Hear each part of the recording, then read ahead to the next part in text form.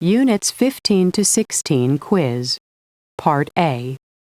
Listen to the conversations. Check the correct answers. 1. Hey Brenda, did you hear about that accountant who won the lottery? Yes, I still can't believe she's going to keep working. Why not? She loves her job. What's wrong with that? Well, if I won that much money, I'd quit my job immediately. That's because you don't like your job. If you had a job that you really liked, you might not want to give it up. Maybe, but even if you like your job, there are so many other things to do in life. 2. Do you watch that TV game show, Jim? The one where the winner has to choose between two prizes? I watch it sometimes. Why? Well, I couldn't believe what last night's winner did. He must have been crazy. Why? What were his choices? A 3-month cruise around the world or a new car. I know which I'd choose. I'd take the car. You wouldn't believe the repair bills I have on my old car.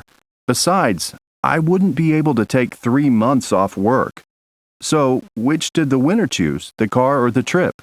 Like you, he chose the car. 3. How are you enjoying working at that new restaurant? I love it, Theo. The food's great, so it's crowded every night. But what's the money like? Oh, it's much better than my last job. The customers are so happy with the food that the tips are pretty good. Sometimes the tips are too good. Huh?